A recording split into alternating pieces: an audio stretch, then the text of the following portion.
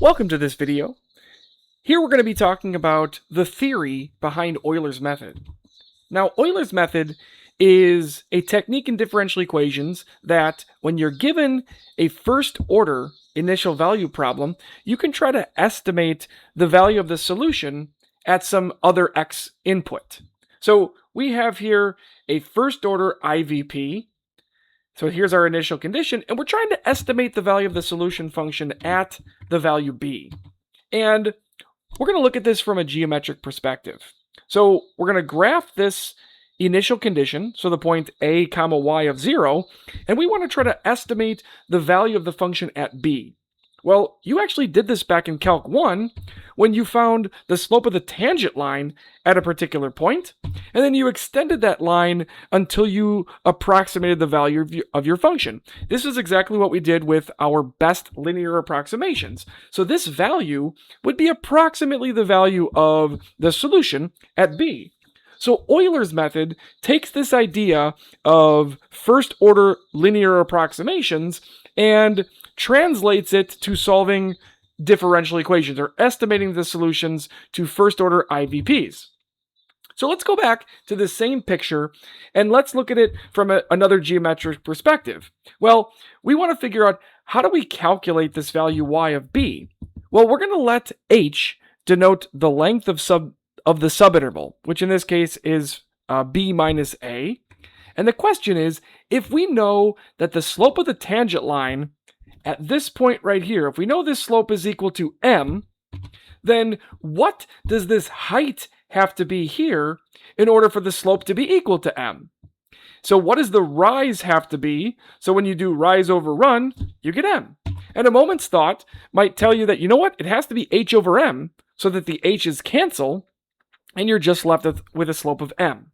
Which means then, if you want to calculate y of b, you start down here at y of 0, and you add this particular height, which is h times m. This h times m is going to be very important in our formulas for Euler's method, and the idea is it's the height that you have to travel to go from one y value to the next y value.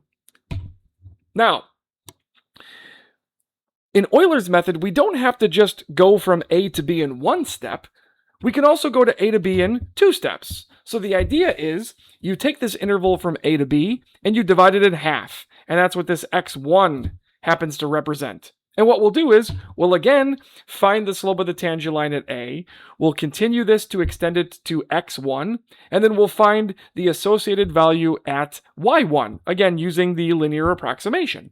And then we'll do it again. Now we'll find the slope of the tangent line at this point, extend it until we get to b, and then we'll have an approximate value for y of b in this case. So this would be Euler's method with two steps.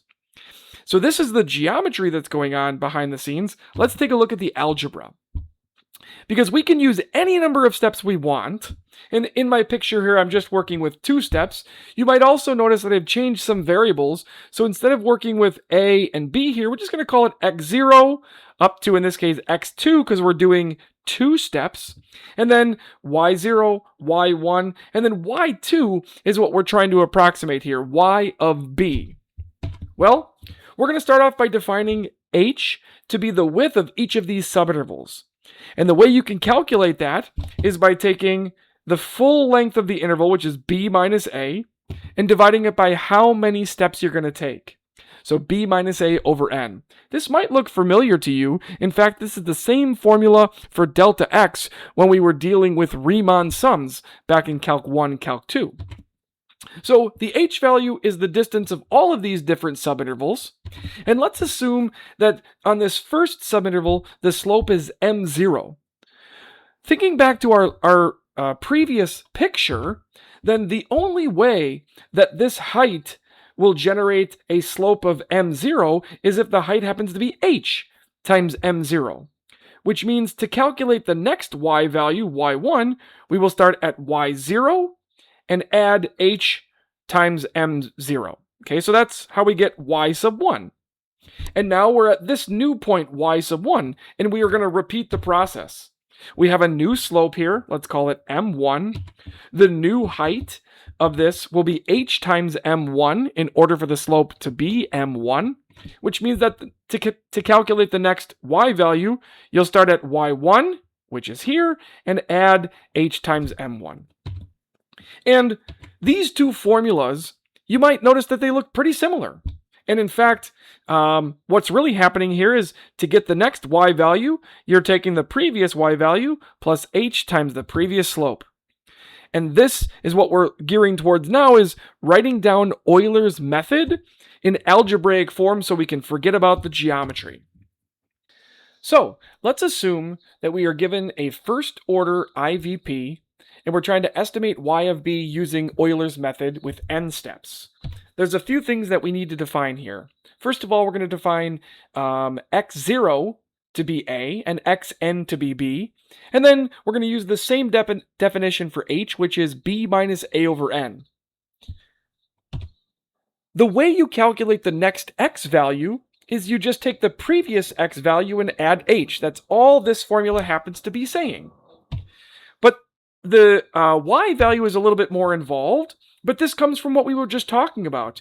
To get the next y value, you take the previous y value and add h times the slope. And remember, this function f of xy, that is the derivative. That is coming from the differential equation, which that is the slope.